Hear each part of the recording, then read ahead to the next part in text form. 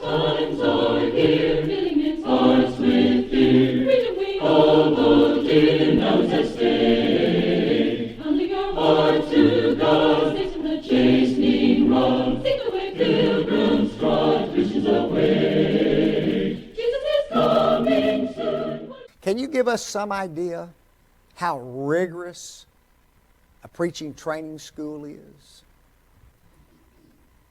Now, there's a reason that I chose this question for this month, and we'll eventually get to it. I went to a preacher training school, so I know a little bit about what's there. Most preacher training schools are 2-year programs, not 4. Now, when individuals hear that, they immediately think, oh, just a 2-year program. In other words, what they think in their mind is this: a 2-year program at the School of Preaching must be a lot easier than a 4-year bachelor's degree. Wrong. But you see, that's what some believe. Folks, the reality is this: a preacher training school puts 4 years of study into 2 years. And that's the difference. Oh, that's not true, preacher. It is true. I graduated from high school in 1977. I was finished with my graduation in 1980, 3 years. I took 17 hours every semester, and I went to every summer in order to get done. But here's what was interesting. When I was at Memphis State University, I never attended class past 11 or 11:30 in the morning. Never. 8 till 11:30. Ooh, 3 whole hours of class. Graduated in 1980. In June, I immediately started the Memphis School of Preaching in August of that same year. Memphis School of Preaching, I went to class for 2 years from 8:30 in the morning till 4 in the afternoon. Folks, that's double the amount of time that I spent in class at Memphis State. So if you put the two together, they represent the exact same amount of time as far as study is concerned. 4 years are crammed into 2. Now, each quarter consists of 6 classes. On Monday, Wednesday, and Friday, you have a 2-hour class and a 1-hour class in the morning. Then you have a 2-hour class and a 1-hour class in the afternoon. Tuesdays and Thursdays. In the morning, you have a 3-hour class. In the afternoon, you have a 3-hour class. I want you to think about that. We changed our worship services and we come 3 hours straight now. And there's people, oh, I can't already 3 hours. Well, just think, if you had to come back this afternoon at 1 o'clock and do it all over again, you would be a bunch of dead people, wouldn't you? That's what we did. Every Tuesday, every Thursday, 3 hours, and then 3 hours in the afternoon. 6 classes. Folks, that amounts to 30 hours of instruction per week in those classes. That is a lot of class time. If you don't believe it, next Monday through Friday, y'all show up at 8 and we'll just teach for 30 hours straight. You'll be a worn out group of folks. The daily schedule is pretty simple. You get there at 8:30. From 8:30 to 9 is chapel. Usually that chapel is conducted by the students. Individual will pray, individual will lead singing, individual will preach the gospel, and then he will get evaluated by an instructor. That wasn't fun. You did not cherish your time of preaching, okay? But they were just preparing you for the brethren, okay? That's all they were doing. Then we went to class from 9 to 12. We had 1 hour for lunch. from 12 to 1, and then we went to class from 1 to 4. We're talking 5 days a week. 10 weeks at a time. Folks, that is a laborious schedule. You know that? The curriculum. Every book of the Bible, Old and New Testament, 66 books, were studied at the Memphis School of Preaching. In addition to that, during your first year, you had to take English every quarter. You'd think I'd know English better than I do.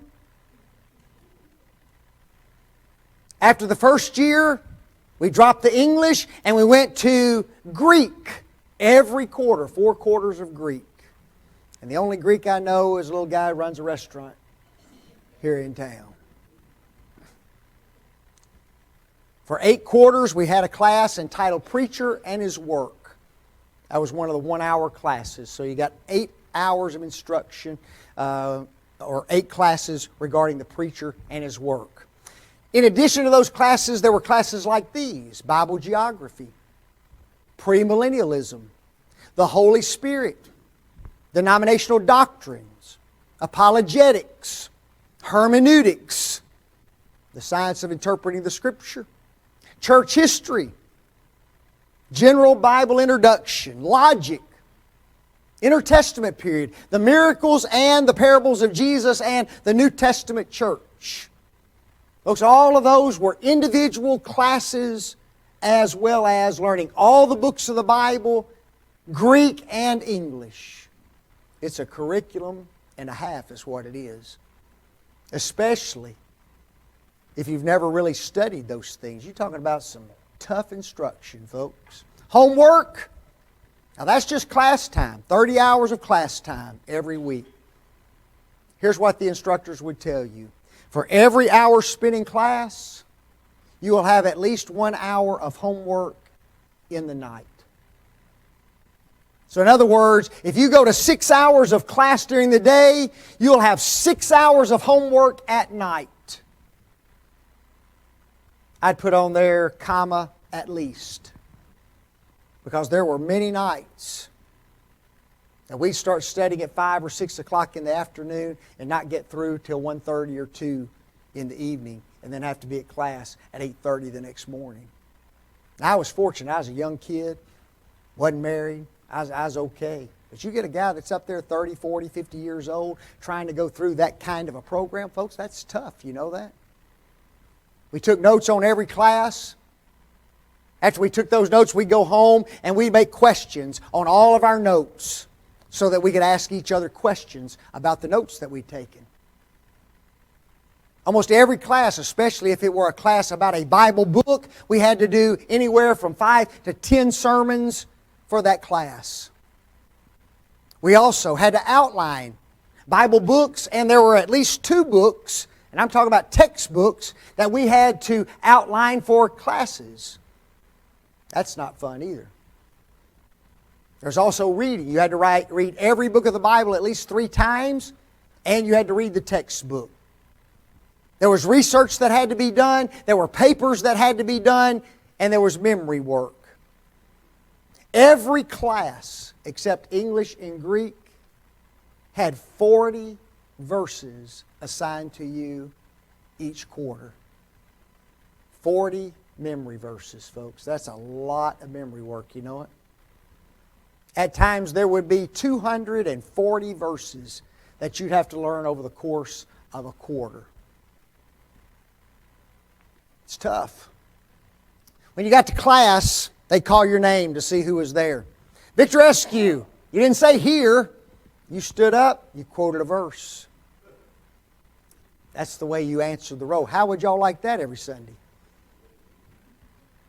First of all, you'd be here another 2 hours. Okay? I'd like to see who could do it. There was one guy, he stood up one day and he says, Brother Curry, can I quote, Jesus wept? And Brother Curry looked at him and he says, yep, if you can tell me why he cried. Oh boy, he just sat back down. He just sat back down. Tests.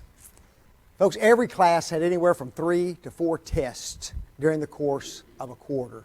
Okay? Memory work was required on every test. In other words, you had to write the memory work on the test. Sometimes it would be 5 verses, sometimes it would be 10 or 12 verses that you'd have to write on that particular test. Test consisted of multiple choice, true, false, fill in the blank, discussion questions, exposition of scriptures, lists, and sometimes the refutation of error by using the Bible. I remember one test we took, we had over 40 lists on one test. We learned those lists by trying to learn acronyms for all the different lists. Folks, you get 40 of them, you start getting confused on which one applies to which question.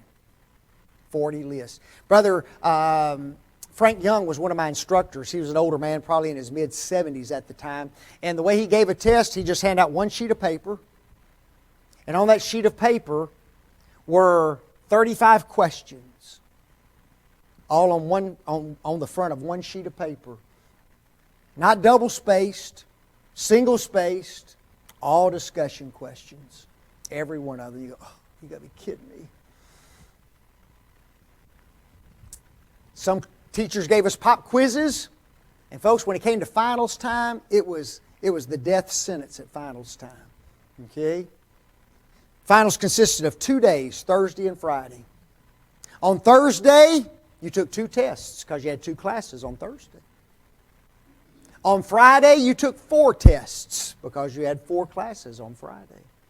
That's a killer, folks. 6 tests in 2 days. We got all the way to the very last quarter. And it had been rumored that Brother Hearn was going to allow all second-year students to be exempt from finals. Now that was rumored. So the question is, do you study or do you not? Do you play Russian roulette or not? Because what if you didn't study? And he says, oh yes, you're going to have tests. We learned there were no tests Wednesday night after church services when finals were the next 2 days. You don't know why he did that? Because we still had to study. Cold-blooded. Just cold-blooded. Folks, an A, when I was going to school, and it's still the same at the Memphis School of Preaching, is not 90 to 100, it's 95 to 100. That makes it a little bit tougher to get an A, does it not? It's the old system. 86 to 94 was a B, and so on. Pretty tough back then. There were a lot of additional activities that we were involved in. 2 mission trips a year. We'd have a week in between quarters, and we would get out of class on Friday. Saturday, we'd load up, go to a mission place, and we would go and door knock and hold a gospel meeting through the course of the next week, Sunday through a Thursday, and then drive back home. You'd have 1 weekend free and right back to class again. You do that 2 times a year.